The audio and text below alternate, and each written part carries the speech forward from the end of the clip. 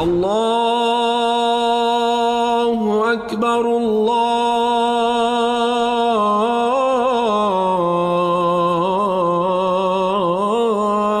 أكبر. Assalamu alaikum and welcome to the Islamic Center at New York University podcast, coming to you straight from the heart of New York City. We're building an amazing Muslim community here at ICNYU where everyone is welcomed and respected no matter where you're from or where you're at. This is the place to be. So open your ears and your heart and come along with us on another life-changing journey. Bismillah. Bismillahi walhamdulillah wa salatu wa salam ala rasulillah. Assalamu alaikum everyone and welcome to our Wednesday halaqah. So today's topic is on letting go of perfectionism, and the reason why I chose this topic is because I found, especially in the times that we live in today, there's this attachment to the need to be perfect, the need to keep up, the need to, hustle, right? The need to, people feel an intense need to keep it all together, especially with social media, and the need to present an external image of perfection. But a lot of issues that I work with have a relationship to people's attachment to perfection. And it's because we hold on to perfection most often, especially for those who do struggle with perfection. They hold on to perfection to avoid a very difficult emotional experience. Does anyone know what that is?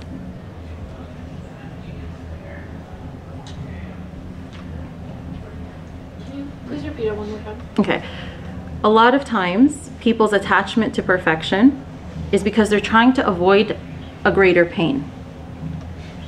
And that's a painful emotional experience that they try to avoid. What do you guys think that is? Failure? Receiving critique. Well, that's perception. Emotional experience starts. It's related to vulnerability, but it's not vulnerability. It's related to it though. So vulnerability can help people with this. Acceptance? Let's stay with vulnerability. Shame, right? Shame. Many times when people are very attached to the need to be perfect, it's to avoid shame, because shame is one of the most difficult emotional experiences to go through. It's those feelings of, I am flawed, I am not worthy now, I am less than. And so it plays a key role in why people are always trying to be perfect, if there ever is such a thing, right? Why, they might have rigid expectations for themselves, rigid standards for themselves, that things have to look a specific way. Their future has to look a specific way. Even their efforts have to look a specific way. That if they fall, less than those standards, it's like, I'm not worthy now. I'm a failure now. It's that negative self-talk. And so many times when people are attached to perfection, they're trying to avoid this inner experience of shame. So if I can be perfect, I can avoid feeling less than. If I can attain these perfect goals in this perfect time, then I can avoid feeling shame. I can avoid feeling like a failure. I can avoid all these negative emotions. So I need to prove to myself that I am perfect so that I don't feel flawed. You see the connection there? The problem with that is that perfection is an illusion. It doesn't exist. And if you're so fixated on perfection, you actually miss all the beauty of the journey itself. They say success is not this, flat linear line that goes upward. It's up, down, but you're still going up. So it's still moving, it's still increasing your progress, but even that progress, you go up a little bit, you fall. But the next time you fall, you don't fall as deep as you fell before. But there is no journey without setbacks. There is no, working towards a goal without feeling some type of setback, some type of imperfection, some type of challenge, some type of, like that feeling of, okay, you do it well a few times, you mess up a few times, So perfection plays, this attachment to perfection, it plays a role in every area of our lives. And it plays a role in our spiritual experience with Allah subhanahu wa ta'ala. Because many times, many people wait for perfection to walk towards Allah subhanahu wa ta'ala. So many times we wait for what? The perfect atmosphere, the perfect place. We wait for Ramadan, we wait for Umrah, we wait for the perfect feeling, right? Okay, I don't feel good enough to walk towards Allah. I don't feel perfect enough to walk towards Allah. So when you're attached to perfection, you have a hard time going to Allah when you feel anything less than perfect. You're so good with all the prayers and you delay a prayer, then you feel so much shame that you feel like, well, how am I going to face Allah now? I'm going to Aisha, for example, if you miss Maghrib. This happens very frequently. And for years, I looked at people's relationship with prayer and how our psychological experience plays a role in that. And it's not as simple as, Iman and no Iman. Iman, of course, plays a role. But a lot of times, shame can be a barrier between us and cultivating that Iman. Shame can be a psychological barrier to keeping us from walking towards Allah subhanahu wa ta'ala in all our conditions. And this is really the goal of life. It's to walk towards Allah in all your conditions. It's to take your imperfection to Allah subhanahu wa ta'ala. It's to walk towards Him when you feel good and when you don't feel so good. It's to walk towards Him when you feel close to Him and when you don't feel close to Him. It's to walk towards Him when you feel connected to Him and you don't feel connected to Him. Because only then can you get what you need. I think I gave this example before about, a mother and a child, and how regardless of how the child feels, the mother wants the child to come to the dinner table and eat. And she may place a consequence on not coming to the dinner table, like no dessert, for example. Why does she place a consequence on this and not a consequence, maybe say, on another action? Because this one's important. She wants her child to eat. She wants her child to come and get what they need. So it's similar to prayer, right? People often ask, why? Like, prayer is the first thing we're going to be asked about. And it's a key pillar and key foundation of our faith, and it literally comes from the word sila, link. It is your link to your Creator. So people will say, like, why is there a consequence to not praying? It's because we as human beings are driven by hope and fear. It's basic psychology of learning. We are driven by the hope of a reward and a fear of a consequence.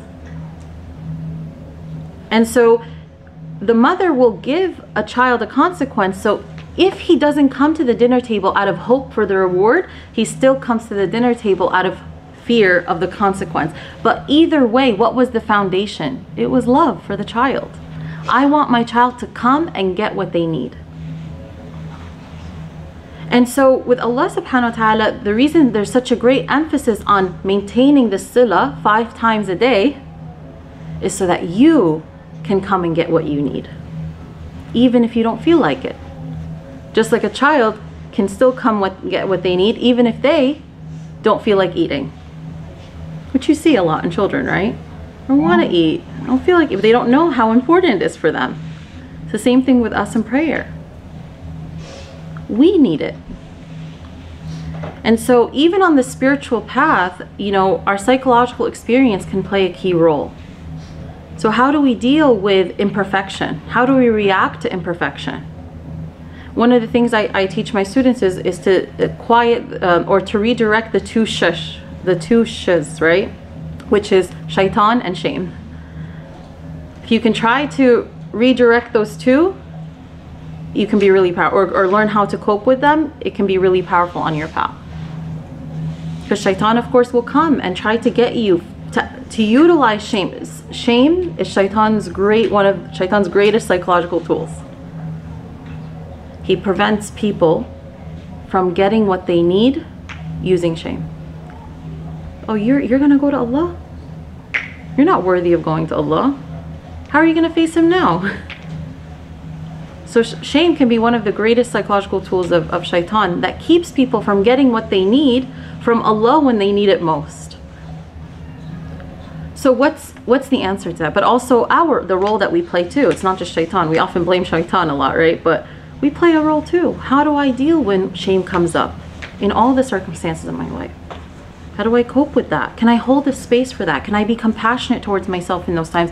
Can I remind myself that I don't need to be perfect to go to Allah? I don't need to be perfect to be worthy of belonging. I don't need to be perfect to go and be seen by a friend or be seen by loved ones. A lot of people isolate when they're not perfect. You know, I talk about this a lot, about how oftentimes when people struggle, they isolate from the community. What is that? It's shame. I'm not perfect enough to be seen. And I'll come back when I'm perfect. I'll come back when I have everything that now the society deems acceptable. And so shame can play a key role in keeping people, cutting off people from what they need. So if you struggle with shame and if you struggle with this attachment to perfection, you know, going to counseling and working on that and seeing the root of it and where it comes from, maybe messages you received when you were a kid, maybe you were criticized a lot, you know, that could be also another contributing factor to it, right? Like what led to me feeling shame, or what contributed to my experience of shame when I do anything less than perfect? And so in my work, I work a lot with people, for example, who grew up with a narcissist or grew up with an abusive parent or grew up with very self-critical messaging. So they learned, especially when you receive that abuse when you're a child, it can cultivate a lot of shame for a person in their adulthood. Because when you're a child, your brain is like a sponge. And you don't have the maturity and the capacity to understand that that's not true and that doesn't apply to me. You just absorb because your parents are your whole world. This is why, you know, we need to talk. We often talk about how important it is for children to be respectful to their parents, but we need to really talk also about how great of an amana is a trust and a sacredness it is to be a parent. And how important it is that parents will be asked in front of Allah how they spoke to their children, how they treated their children. This is something I experience when I work with clients, who I see the pain of in their adulthood that they struggle with from childhood abuse, from, you know, growing up with a narcissistic parent, from growing up with a parent who didn't know how to show affection or love, or emotionally neglected them, or only connected with them in the presence of self-criticalness. That's not something that goes away. It's something that people carry into their adulthood, and it's heavy. So being a parent is an amana. It's the greatest amana. There's no greater amana than being entrusted with another life and another soul that you will be asked about, you know, and in front of Allah subhanahu wa ta'ala. How did you nurture? It's like look how much we give care to a plant. You know, we water it, we make sure it gets enough sun, we eat, right? And then of course, I mean, if we're going to be asked about how we treat animals or pets, if you have a pet and you don't feed it, you're going to be asked about that in front of God. So how do we not think that, you know, parents will not be asked about how they treated their children, especially if they were abusive intentionally, or they were, you know, if they caused harm? So if you have that background and you've struggled with that, it's really important to do the healing work, to, you know, to have a space where you can process these messages that you received that contribute, because it's not as simple, especially if you have a history of childhood abuse and you know, and you have that background of, you know, trauma as a child. It's not as simple redirecting shame. It can be very powerful, you know. But the more you do that healing work, the more it'll also impact you spiritually. Everything's connected. You know, it's not our spiritual experience over here and then our mental health over here. No, you work on your spiritual experience, it can help you mentally, but you need to work on your mental health and emotional health, right? To also help you spiritually. Because we are holistic beings. Every area of ourselves, our physical body, the health of our physical body can impact you emotionally, right?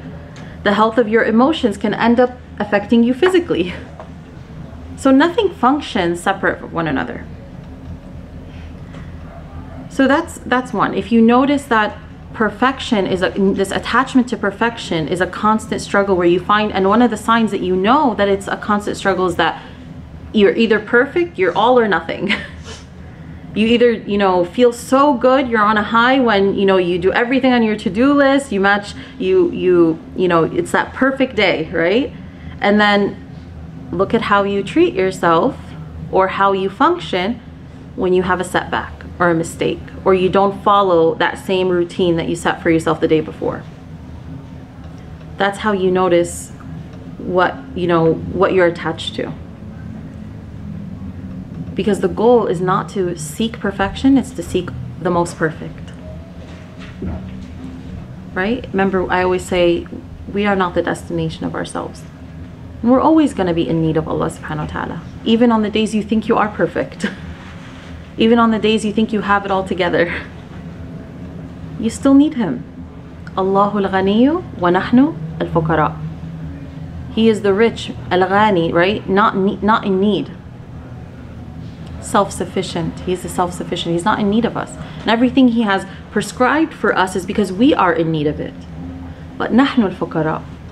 We are in need. Right? Literal translation is poor, right? We are the poor, but it means you're in need. And when we forget we need Allah, we struggle. Because we were never meant to depend on ourselves. And we were never asked to be perfect. We were asked to strive, and Allah loves those who strive. Allah loves those who continuously put effort. Allah doesn't just, like, He doesn't love the perfect, He loves the imperfect walking to Him. Those who fall and get back up. I see you, Allah, I'm coming back. That's what tawbah is, right?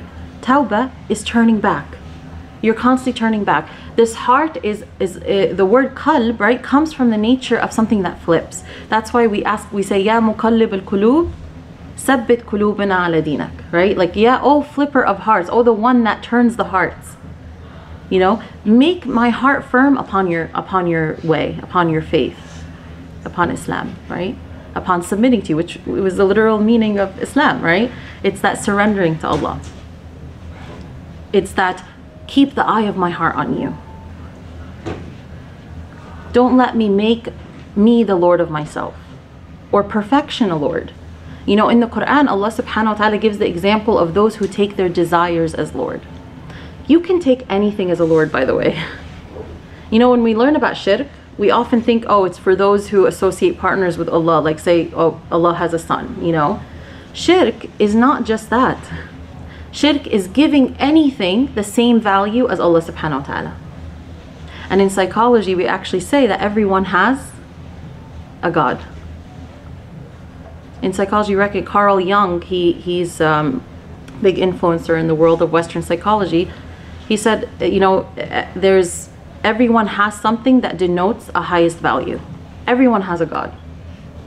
And so this is something he saw as looking at the relationship between religion and psychology, right? And he had quite a cynical view, but still, just I took from that, I'm like, see, even he's not Muslim, but he recognizes that everyone has something they make their highest value. As the Quran says, some people make desires their highest value. Sometimes for people, it's perfection, their highest value. Sometimes it's ourselves. In modern day, the greatest religion, I mean, not the greatest in value, I mean, the most common religion, or growing, I would say, is worship of the self. Or worship of shaitan. I've seen that upcoming too. But worship of the self. Me. You do you. Me first. Right? So that's, religion takes many forms. When people say, oh, I don't have a religion. Yes, you do. You have something that's your highest value. And when you have something that's your highest value, naturally you worship it. Because that's what worship is. If you look up the word worship, what does it say? Words like devotion, admiration, what else? Reverence, honor, Those are the words that describe worship. When something is your highest value, don't you honor it?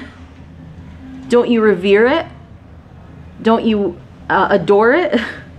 Of course. We have that expression when, you know, it's a common phrase in popular culture where, or you see it in movies and stuff, when someone is like, a guy is so in love with a girl, what do they say? He worships the ground she walks on. It's an expression that highest love, that she's the highest value in his life. He worships the ground, not even her, he worships the ground she walks on, right?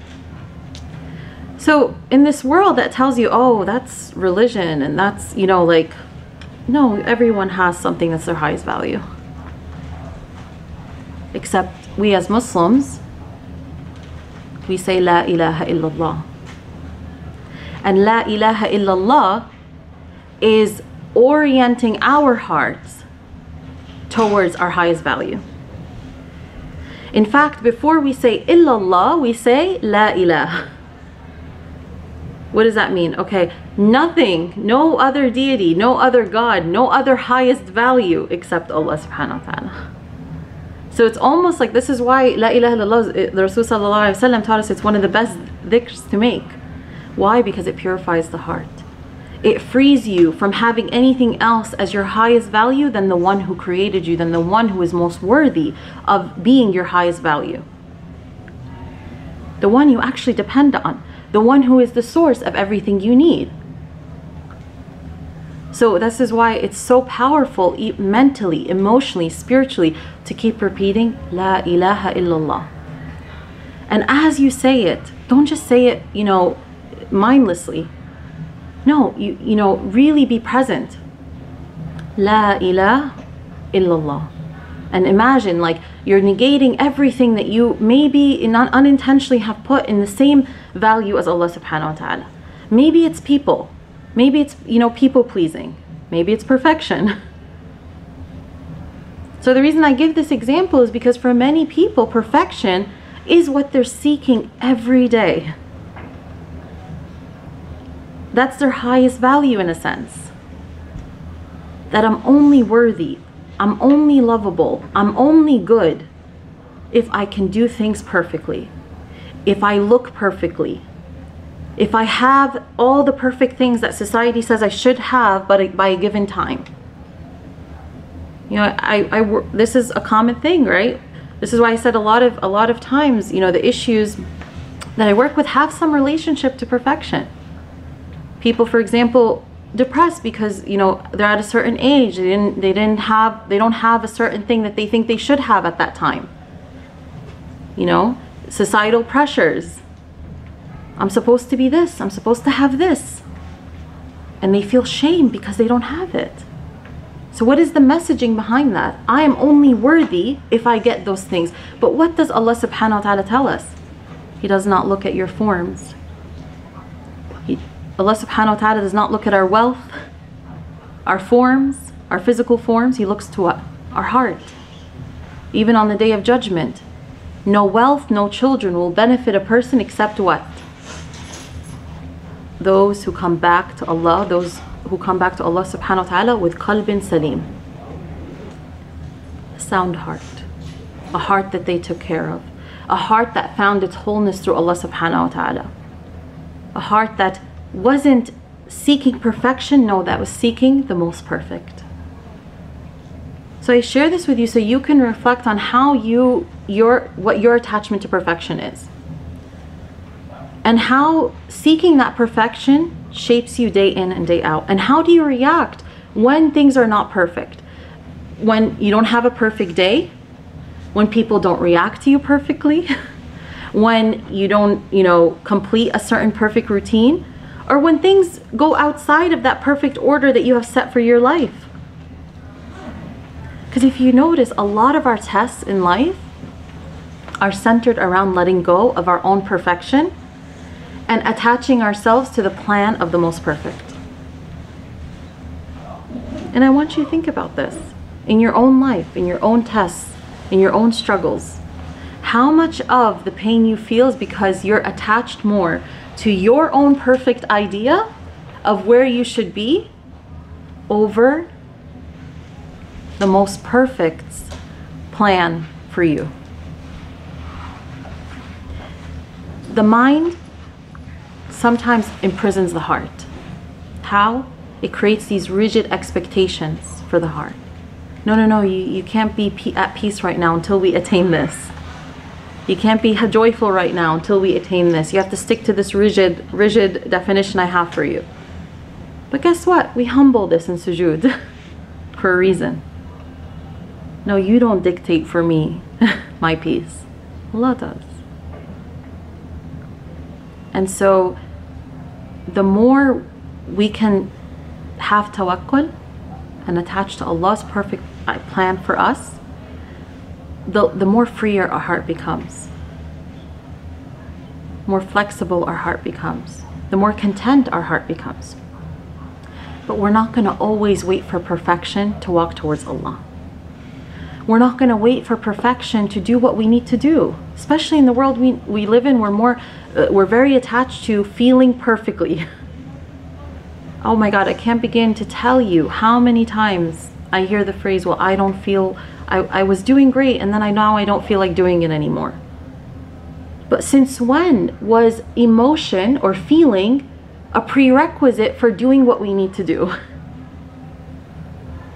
Like, we don't apply this, by the way, to like a lot of other things in our life, right? You don't wake up and say, you know, I don't feel like, if every time you didn't feel like going to work, you don't go, obviously you're going to realize that's ridiculous, right? I have to go. It's not about my feelings, it's about showing up for work, having a good work ethic. It's the same thing with, you know, showing up for what Allah subhanahu wa ta'ala has called us to. It's the same thing with showing up for what serves you spiritually, mentally, emotionally, physically. Just do it, Nike. You know, I always say that.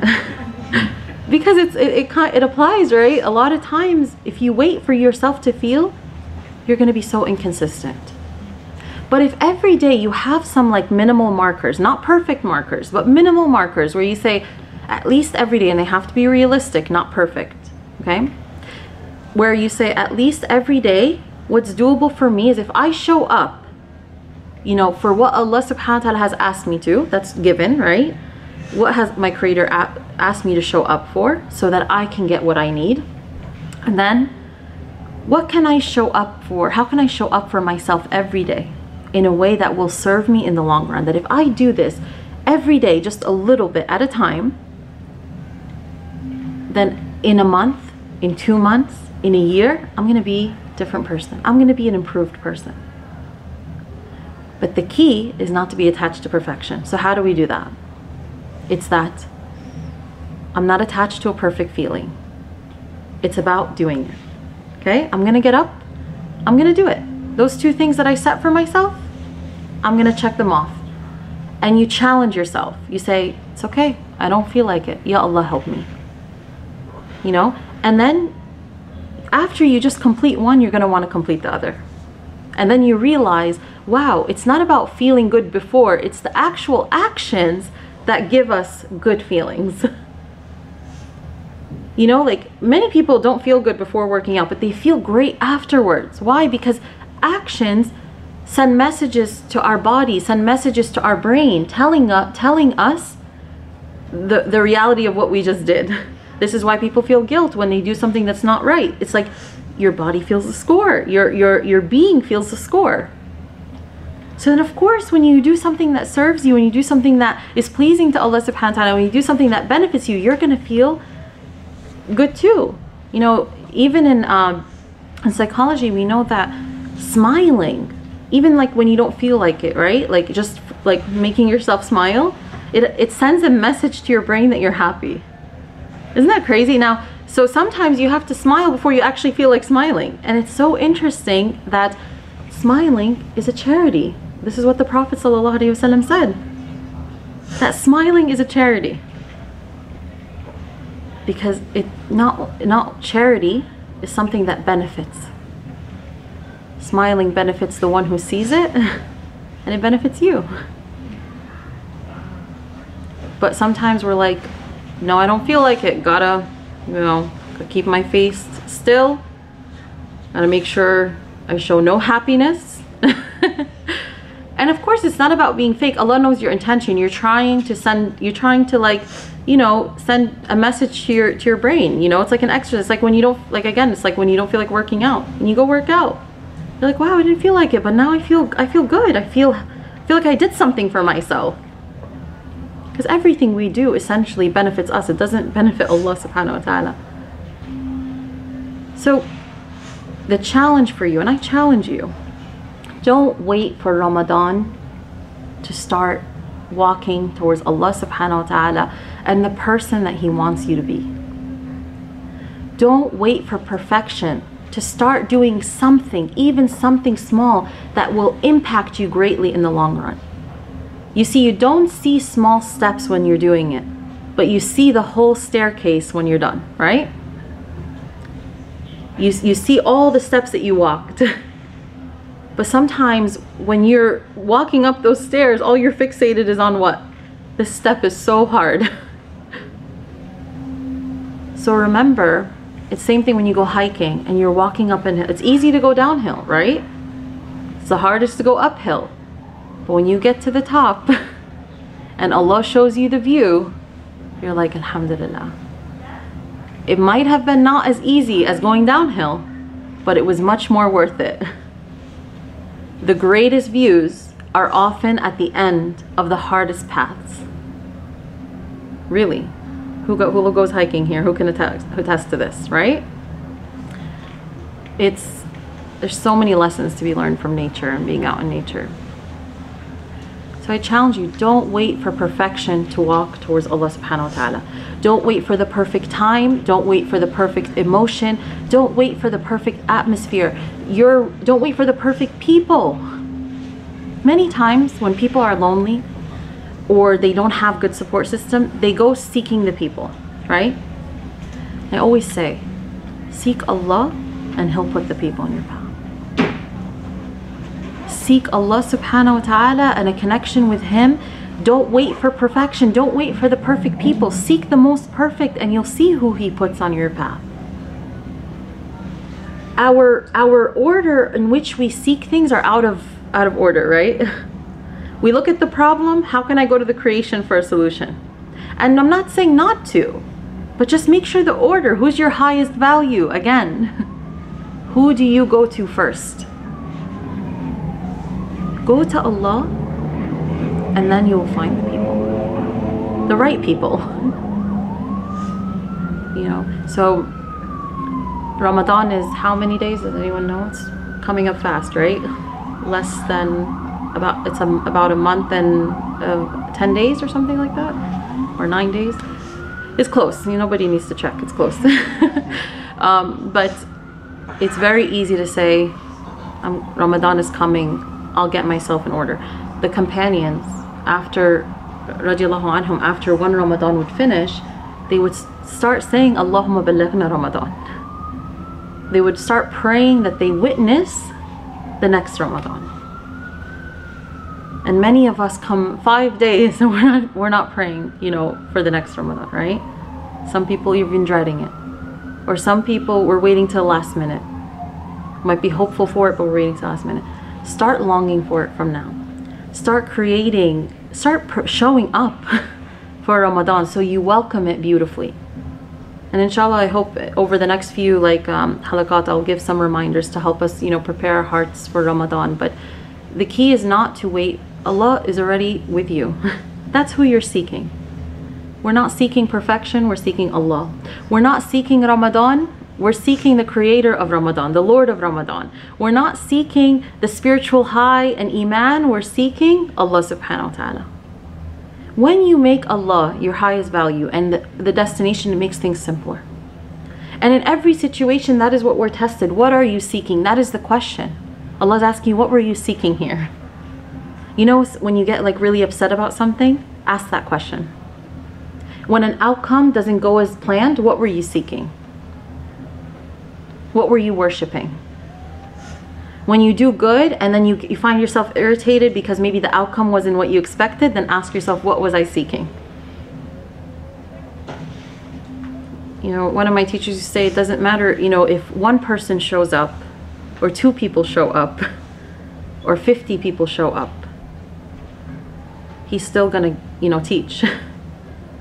Because who is he seeking? Allah. It simplifies so much when we stop seeking perfection, when we stop seeking unrealistic standards, when we stop seeking other people's perfect standards for ourselves, and we just keep the eye of our heart on Allah. We keep directing it back. It's not easy. It's a struggle. It's a constant struggle. Day in and day out, you're constantly redirecting your heart back to Allah subhanahu wa ta'ala. And you're saying, where is this heart looking? Okay, it's fixated on the people too much right now. It's fixated on this outcome too much right now. It's fixated on the end result of this. I'm thinking way ahead. Let me just keep the eye of my heart on Allah. And in terms of perfection, I want to give you this example of, a lot of times when we have this, especially back to like that example I gave about how sometimes people have this perfect idea of where they should be in life. Existential psychology. So in psychology, we have different theoretical approaches, right? Each approach tries to understand the human behavior, human problems. One of them is existential psychology. It's one of my favorites, and it looks at, it's rooted in existential philosophy, and it looks at, the human behavior in relation to their purpose, meaning, right? And it says depression is the gap between where you think you should be and where you actually are. So again, it says depression, existential psychology says depression is depression is the gap between where you think you should be and where you actually are. It's the gap between a future time that does not yet exist, an illusion, and the present which actually exists but you're disconnected from. So you're in this gap where you're not actually connected to the reality that Allah subhanahu wa ta'ala has put in front of you, and you're not there either in the future because it's not yet a reality. So you're stuck in this limbo place that's not very pleasant, that is void of the beauty that you want, that you have said, there's my happiness, and I have placed it in a different time. So, and it's this perfect place. It's a perfect circumstance. If that happens, then I'll be happy. If I get this, I'll be happy. If I have that career, I'll be happy. If I have children, I'll be happy. If I get married, I'll be happy. If I get this house, I'll be happy. If I have these people around me, I'll be happy. If I get that person's approval, I'll be happy. If that person finally sees me and finally appreciates me, I'll be happy. Right? But if you place all of your happiness in those things that have not yet come, you're missing out on how much Allah subhanahu wa ta'ala gives you an opportunity to derive joy and meaning from what He has already put in front of you. But that's the perfectionist mindset. It's even rigidly and perfectly defining what happiness looks like, what worth looks like. I'll be worthy when I have these things. I'll be happy. I'll have a sense of belonging. I can love myself then. Right now, no. And this is not something Allah said. This is how you have defined happiness. So I encourage you, again, and I will end, with this. Don't wait for perfection to go to Allah. Well, first, don't wait for perfection to find joy in your life. Don't wait for perfection to enjoy your blessings. Who knows, maybe when you finally get that thing, you might not have the blessings you have today. And when regardless of what state you are in, walk towards Allah subhanahu wa ta'ala. One of the outside of my work at NYU, I as I told you guys, I run the Home Institute. The Home Institute is named after my heart over mind and ego approach to psycho-spiritual wellness. And so Home stands for heart over mind and ego. And one of the things that I teach my students is why the heart needs to be the lead and how it impacts us walking towards Allah in all conditions. And so one of the key definitions or key statements is when you are, that I remind myself and of you and you as well, is that when this is the lead, the mind, and you have all these rigid expectations that you need to meet, then you're going to only walk towards Allah for as long as you can comprehend.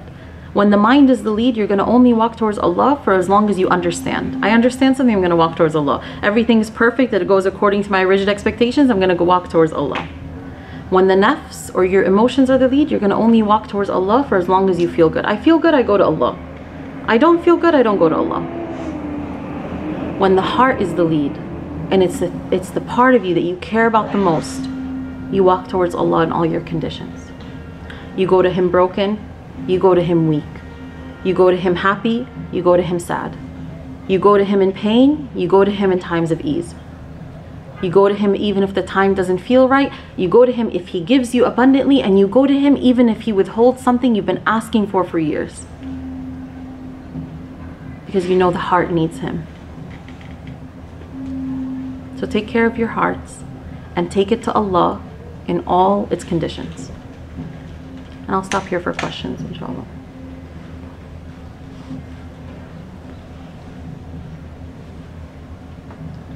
Yeah. We talked a bit about earlier how one of the most common quote-unquote religions are becoming the worship of the self. Mm-hmm. How do we differentiate that from self-love for the sake of Allah? So I'm gonna repeat your question. So you said that I mentioned earlier that worship of the self is a growing religion. How do we differentiate between worship of the self and self-love, right? So when I teach self-love, I don't teach regular self-love that's in Western, self-help world. I teach sacred self-love. Sacred self-love essentially means that you root it in al-wadud, in the most loving. Meaning that even to love yourself, you need to access His love. So by learning how to love yourself, because that's how children, right? How do they learn to love themselves? Through their parents, right? Children are not going to just learn how to love themselves from nowhere. They learn from how their parents are with them. Parents model to their children through their love of them, through how they speak to them, through how they care for them. The child then feels, okay, then, I'm worthy of that love. I can love myself. Okay, so what if we didn't get that as children? What if people don't get that? Then we have the opportunity to get that with Allah. But we don't get it from ourselves because we're not the source of ourselves. You're not the source of, you're not the source of you're not the source of love. Allah is the creator of love. He is al-wadud, the most loving. He's the source of all mercy. Right? His mercy encompasses all things, as He tells us. So even in the way we love ourselves, who is the destination? Who do we go to access that love? Who do I go to understand myself? So He loves me. How can I not love me? I'm His creation. Not just if I'm taught to practice from the attributes of Allah with others because they're His creation, then I'm His creation too. And then you reflect on all the ways Allah has been loving towards you, and all the ways that He loves you, and all the ways that He's close to you, and connecting to the verses that remind you of His love for you. And through that, you start to feel more love for yourself because you are loved. Not just by a human, but you are loved by the most loving. And then you start to practice those attributes with yourself. Okay, well, to love myself, I should not speak unkindly to myself. I should not be harsh. I should not be mean. Just as I wouldn't be to someone else. So it's different in the sense that even when you recognize beauty in yourself, you see Allah. A self-love or self-esteem that's harmful is when you see yourself as the source. When it makes you think you are better than others. I remember early in my training, I came across this self-esteem workbook in elementary school I was working at the time. And I was looking at the self-esteem exercises. And it said something like, I have this that others don't have. And it's like a building, and I was like, wow, that's really like a messed up way to teach self-esteem, right? Because already it's like, first of all, you're teaching them to feel good about themselves in feeling superior over somebody else. That, okay, I have this that somebody else doesn't have. I don't even know how that book was, or that workbook was made, but I remember thinking that could create arrogance. that could create, and at that time I was still kind of reflecting deeply and working through the concepts of self-love and trying to like look at it through an Islamic lens. So I remember thinking, well, this doesn't really align, because if I, first of all, it makes people, like it puts the eye of your heart on people rather than Allah. So there's a difference between what can I do better than others? No, it's there, and asking, there's a difference between asking that and then asking, what did Allah give me? And not looking to be better than others, right? Because everyone has something, everyone has strengths, everyone has challenges. And so if the way that I conciled, you know, this whole debate is self-love, you know, can self-love make me arrogant and whatnot, is that when I see something good in me, do I thank Allah? Do I see Allah as the source of it? Or do I attribute it to myself? And so how can you be arrogant or worship yourself if yourself itself is a means to Allah? And that's how you know. No, that's how you know. But that's a great question. I'm glad you asked that. Any other questions, thoughts, reflections, comments? Yeah. So comment from what you mentioned earlier about the book you saw about comparing to feel better. I know, like also in the religious space, like, you know, at least from upbringing, you know, you get taught like, oh, you should be grateful, like there are people that don't have food. So I'm thinking like maybe that's where the intention is, to be grateful that someone else doesn't have this, like you have this, you don't have that. But you know, from your point of view, I think that's a really good point actually, because in like the community, you see that we're in such a diverse space, and those kinds of messages are put out. It could be damaging, because like for example, like with Africa being scapegoat, you know, for the image of poverty and stuff like that. Yeah. You have people in their home, they're teaching their kids, oh, that kid in Africa doesn't have this, so you should be grateful like to have food. And then you come to like a diverse space, and then you're like, oh, this kid is in Africa, so then like that subconscious is there. So it's like a really good point that you brought up. Yeah. And this is why I always say, like, not everything is applied in every context, right? I mean, there is hikmah, there's wisdom behind us in our, you know, in our faith being taught that to remember those who are less fortunate, because it does help you put your life in perspective in a sense, and it helps you feel gratitude, you know. But it shouldn't be applied in every single situation, because and in this situation with the self-esteem, it wasn't from a gratitude lens. It was from, you know, building yourself up at the expense of thinking of something else that somebody else doesn't have, which is not really a healthy framework, because then they learn to, that's how they go through life, right? Is that, okay, actually, especially for children, they're going to learn to feel only good when they have something that somebody else doesn't have. That can be quite harmful. And let's say they meet somebody who has something that they have, then is it going to be competition? Is it going to be, you know, survival of the fittest? What's, you know what I mean? Like, is it going to be like, oh, I feel less than now because I saw somebody else have something that I have? I'm only special when nobody has what I have. And so that's a problem, you know, especially when you're teaching this to young children. It's a real problem. Yeah.